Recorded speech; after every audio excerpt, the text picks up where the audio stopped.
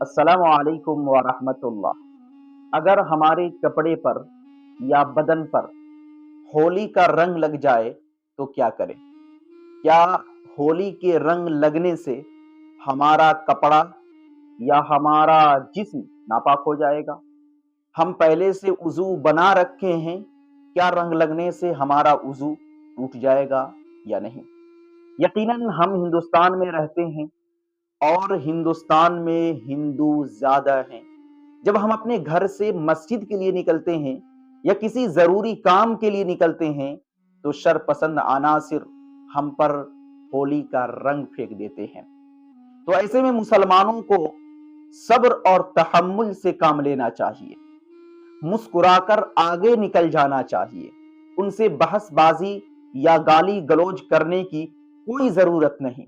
یاد رکھیے گا کہ جو رب سے محبت کرتا ہے اور رب کے لیے صبر کرتا ہے تو رب اس بندے کا بدلہ ضرور لیتا ہے۔ تو آپ پر اگر کوئی شرپسند عناصر ہولی کا رنگ پھینک دیتا ہے تو آپ مسکرا کر آگے بڑھ جائیے اور صبر کر جائیے، انشاءاللہ العزیز اللہ آپ کو اس پر اجر اور ثواب ضرور دے گا۔ اب رہا مسئلہ کہ ہولی کا رنگ آپ کے کپڑے پر لگ گیا یا جسم پر لگ گیا تو پھر آپ کیا کریں؟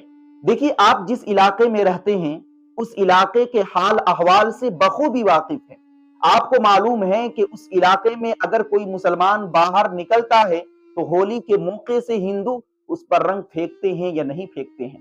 اگر ماحول کچھ ایسا ہے کہ ہولی کے موقع سے اگر کوئی مسلمان گھر سے باہر نکلتا ہے نماز پڑھنے کے لیے تو وہاں کے ہندو رنگ پھینک دیتے ہیں، تو احتیاطاً اس بندے کو ایسا کرنا چاہیے کہ پنی میں الگ سے ایک کپڑا رکھ لینا چاہیے کہ اگر یہ ہندو آپ پر رنگ پھینک دے اور آپ کا کپڑا خراب ہو جائے تو مسجد میں جا کر کپڑے کو چینج کرے اور نماز ادا کر لے۔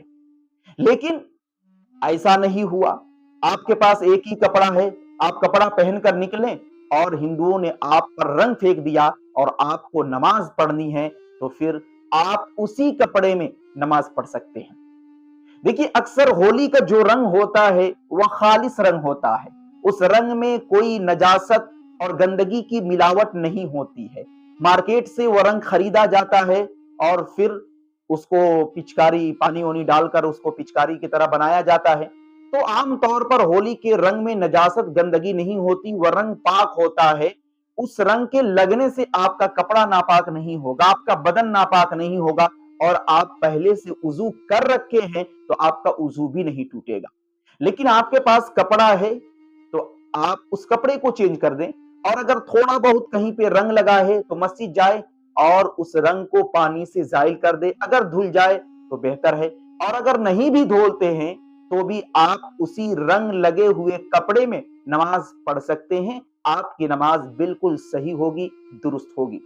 امید کرتا ہوں کہ آپ میری باتوں کو سمجھ چکے ہوں گے۔ ہولی کے موقع سے مسلمانوں کو صبر اور تحمل سے کام لینا چاہیے۔ اگر کپڑے پر جسم پر رنگ لگ جائے تو آپ اگر اس کپڑے کو چینج کر سکتے ہیں تو چینج کر کے نماز پڑھیے، اگر دھو سکتے ہیں تو دھو کر نماز پڑھیے، اگر یہ دو کام نہیں کر سکتے ہیں تو آپ اسی کپڑے میں نماز پڑھ سکتے ہیں۔ دیکھیے، اگر رنگ ایسا ہے، ایک رنگ ایسا بھی ہوتا ہے کہ اس کے لگانے کے بعد پانی جلد تک خال تک نہیں پہنچتا ہے، تو اگر ایسا رنگ ہے جو پانی کو جلد تک خال تک پہنچنے سے روکتا ہے، وہ رنگ آپ کو لگ گیا ہے اور آپ نے پہلے سے وضو نہیں بنایا ہے، تو پھر آپ کے لیے ضروری ہے کہ اس رنگ کو اچھے سے دھوئے اور دھونے کے بعد آپ وضو کریں۔ اور اگر آپ پہلے سے وضو کر چکے ہیں پھر آپ پر چاہے کیسا ہی بھی رنگ کیوں نہ لگا دیا جائے، شرط یہ ہے کہ وہ رنگ گندگی والا رنگ نہ ہو، اس رنگ میں نجاست اور گندگی کی ناپاک چیز کی ملاوٹ نہ ہو، تو آپ اسی رنگ کی حالت میں بھی نماز پڑھ سکتے ہیں۔ امید کہ آپ سمجھ چکے ہوں گے۔ تو اس ویڈیو کو اپنے مسلم بھائیوں بہنوں میں ضرور شیئر کریں اور دعا کریں کہ اللہ رب العزت ہم سبھی کو دین کی صحیح سمجھ عطا فرمائے۔ آمین۔ السلام علیکم ورحمۃ اللہ۔